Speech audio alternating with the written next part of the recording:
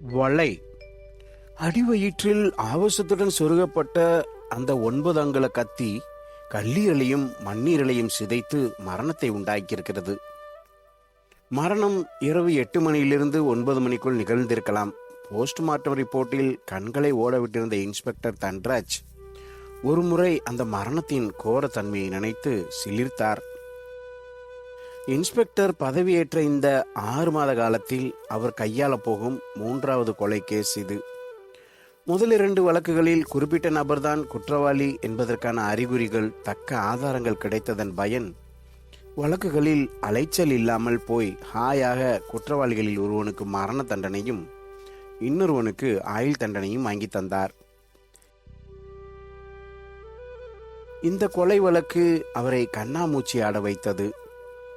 கொலையுண்டை முருகானந்தம் 27 வயதான அழகான இளைஞன், கல்யாணம் ஆகாதவன், நண்பர்கள் அதிகம் இல்லாதவன். வாரத்துக்கு ஒரு தடவை ஞாயிற்றுக்கிழமை அன்றைக்கு பாலக்காடு பஸ் பிடித்து பாலக்காட்டின் தென்னந்தோப்புகளில் கல்லை குடிக்க மட்டும் போகிறவன். நண்பர்களே, இது நான் உங்கள் விஜே. நீங்கள் இணைந்திருப்பது உங்கள் தமிழ் நம்பர் 1 ஸ்டோரி சேனல். நீங்கள் இப்பொழுதுதான் முதல் முறையாக நம்முடைய சேனலை பார்க்கிறீர்கள் என்றால் மறக்காமல் சப்ஸ்கிரைப் செய்துவிட்டு வாங்க தொடர்ந்து கதைக்குள் போகலாம். அவனுடன் பழகும் ஒரு நண்பன் சத்யனின் மேல் அபரிமிதமான பிரியம் கொண்டவன். சென்ற வார ஞாயிற்றுக்கிழமை அன்று பாலக்காட்டில் ஒதுக்குப்புறமான தென்னந்தோப்பில் வாய்க்கால் பக்கமாக அடிவயிற்றில் சொருகப்பட்ட கத்தியோடு பிணமாக கிடந்த முருகானந்தம் இன்ஸ்பெக்டர் தன்ராஜின் பிரச்சனையானான். யாரோடும் அதிகம் நெருங்கி பழகாத முருகானந்தத்துக்கு கொலை செய்யும் அளவுக்கு விரோதிகள் எப்படி இருக்க முடியும்? கேரள போலீஸ் இப்படி வாதித்தது. குடிக்க வந்த இடத்தில் ஏதேனும் சில்லறை தகராறு ஏற்பட்டு எவனாவது ஆத்திரத்தில் குத்தி இருக்கலாம். நாங்கள் புலன் விசாரணை செய்து ரிப்போர்ட் அனுப்புகிறோம். ஆனால் இன்ஸ்பெக்டர் தன்ராஜின் மனதில் மட்டும் இது அப்படி நடந்திருக்கக்கூடிய கொலை அல்ல என்ற சந்தேகம் மெல்ல மெல்ல வியாபித்தது. இது நிச்சயமாய் திட்டமிட்டு செய்த கொலைதான். முருகானந்தத்தின் ஒரே நண்பன் சத்யனை விசாரித்தால் ஏதேனும் தகவல் கிடைக்காதா? முருகானந்தத்திற்கு இருந்த ஒரே நண்பன் விரோதியாய் மாறியிருக்க முடியாதா என்ன? ஒருவித நப்பாசையோடு சத்யன் தங்கியிருந்த ராம்நகர் பகுதியை நோக்கி தன் ஜாவாவை செலுத்தினார் தன்ராஜ். தனியார் நிறுவனம் ஒன்றில் கிளர்க்காக வேலை பார்க்கிறான் சத்யன். ராம்நகர் காளிதாஸ் ரோட்டின் வளைவில் இருந்த ஒரு மாடியில் 500 ரூபாய் வாடகையில் அறையொன்றை பிடித்து தங்கியிருந்தான். தன்ராஜ் சென்ற சமயம் சத்யன் நுரை பொங்கும் சோப்பு முகத்தோடு சேவிங்கில் இருந்தான். இன்ஸ்பெக்டரை கண்டதும் புன்னகை Bhutan. Hello inspector, please come in. Dhanraj உள்ளே நுழைந்தார். சத்யன் ஒரு மடக்கு நாற்காலியை விரித்து போட்டான். நீங்க சேவிங்கை முடிச்சிட்டு வாங்க மிஸ்டர் சத்யன். பேசிக்கொண்டே நாற்காலியில் சாய்ந்தார். சத்யன் பரபரவென்று சேவிங்கை முடித்துக்கொண்டு முகம் கழுவி தேங்காய்பூ துவாலையில் முகத்தை ஒற்றி கொண்டே வந்தான். Any clues inspector? நோ என்றார். பிறகு சிகரெட் ஒன்றை உதட்டில் பொருத்தி கொண்டே சத்யனை பார்த்தபடி சொன்னார். மிஸ்டர் சத்யன், உங்க நண்பர் முருகானந்தத்தை பற்றி வேறு ஏதாவது தகவல் உங்களுக்கு தெரிஞ்சிருந்தா வைக்காமல் சொல்லுங்களேன். இந்த கேஸை ஈஸியா உடைக்கலாம்.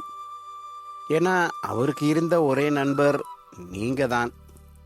வாஸ்தவம் தான் இன்ஸ்பெக்டர், பட் அவனை பற்றி புதுசா சொல்ல ஒன்றும் இல்லையே. அன்னைக்கு நான் உங்ககிட்ட சொன்னதையே தான் இன்னைக்கும் சொல்லணும். அவன் குடிப்பான், ஆனால் பெண்கள் சகவாசம் இல்லை. விரோதின்னு சொல்ல ஒரு எறும்பு கூட இல்லை. தன்ராஜ் புகையை உதடுகளில் வலிய விட்டார். பிறகு கேட்டார், போன ஞாயிற்றுக்கிழமை நீங்கள் முருகானந்தத்தை பார்க்கவே இல்லையா? இல்லையே இன்ஸ்பெக்டர். நிச்சயமாய் நான் அவனை பார்க்கல. அன்னைக்கு எனக்கு வயிறு சரியில்லை, டிசென்ட்ரி மாதிரி இருந்தது. காலையிலிருந்து எங்கேயும் போகாமல் ரூமுக்குள்ளேயே படுத்திருந்தேன். கீழே குடியிருக்கிற வீட்டுக்கார அம்மாள் வெந்நீர் வச்சு அப்பப்போ கொடுத்துக்கிட்டு இருந்தாங்க. உங்களுக்கு டவுட் இருந்தா please ask them. No no mister Sathyan, உங்க மேல எனக்கு டவுட்ஸ் ஏதும் இல்லை. தேங்க்யூ இன்ஸ்பெக்டர் என்றவன் கொஞ்சம் பயமாய், will you have any drinks inspector என்றான். சிகரெட்டை கீழே போட்டு பூட்ஸ் காலால் நசுக்கியபடியே டீ என்றார் தன்ராஜ். 1 மினிட் இன்ஸ்பெக்டர், எதிரில் இருக்கும் ஹோட்டலில் சொல்லிட்டு வந்துடுறேன். சத்தியன் சட்டையை மாட்டிக்கொண்டு வெளியேறினான். தன்ராஜுக்கு குழப்பம் தலையை முழுக்க கவ்வியது. இந்த கொலை வழக்கின் முடிச்சு அவர் கழுத்தை இறுக்கியது. இந்த கேஸ் இப்படியே இருப்பதை நினைத்து மனதில் ஆயாசம் பொங்க விழிகளை சுழற்றினார். அலமாரியின் மேல் தட்டில் இருந்த அந்த பத்திரிகையின் அட்டைப்படம் அவர் கண்களை உறுத்தியது. எழுந்து அந்த பத்திரிகையை எடுத்தார். அது ஒரு தமிழ் வார இதழ்.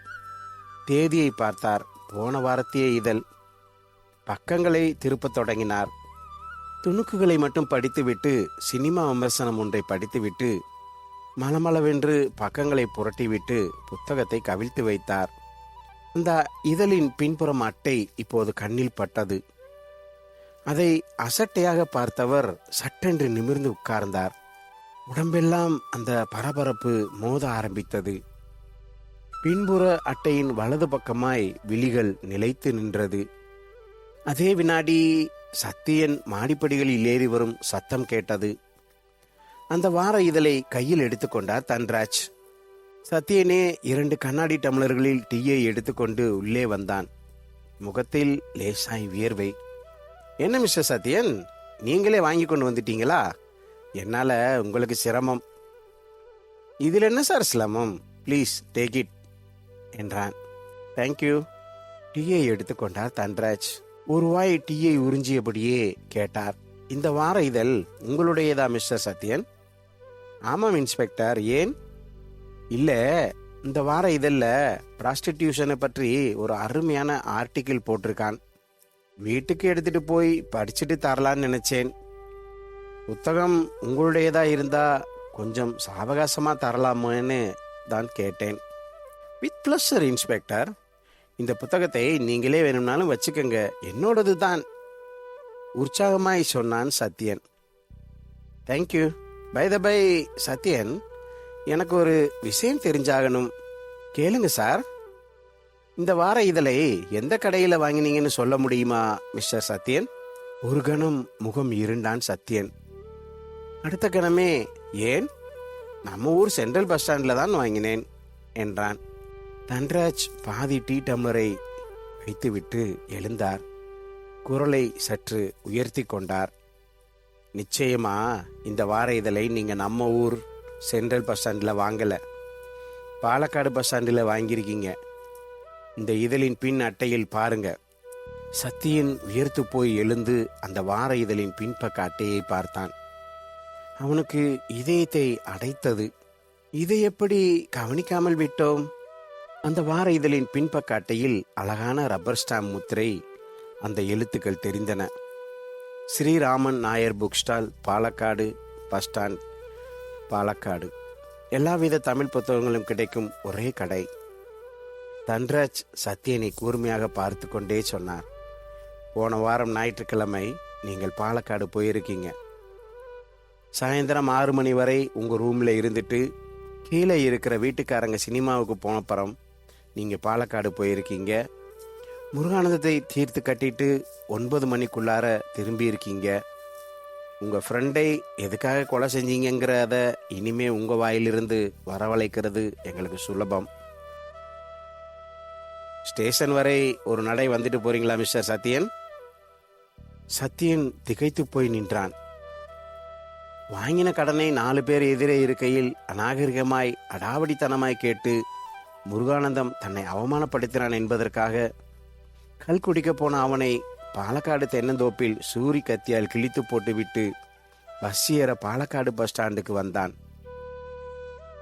அப்போது எதிர்பட்ட நண்பர் ஒருவரின் கண்களில் பட்டுவிடக்கூடாது என்பதற்காக அந்த புத்தக கடையில் நுழைந்து ஏதோ ஒரு வார இதழை வாங்க போக அந்த வார இதழே அவனுக்கு வலையாய் அமையும் என்று சத்யன் கொஞ்சமும் எதிர்பார்க்கவில்லை. நண்பர்களே, தொடர்ந்து இந்த கதையை குறித்த உங்கள் கமெண்ட்டுகளை கீழே பதிவிடுங்கள். தொடர்ந்து இது போன்ற கதைகளை கேட்பதற்கு நம் தமிழ் நம்பர் 1 ஸ்டோரிஸ் சேனலை சப்ஸ்கிரைப் செய்ய மறக்காதீர்கள் நண்பர்களே. வணக்கம்.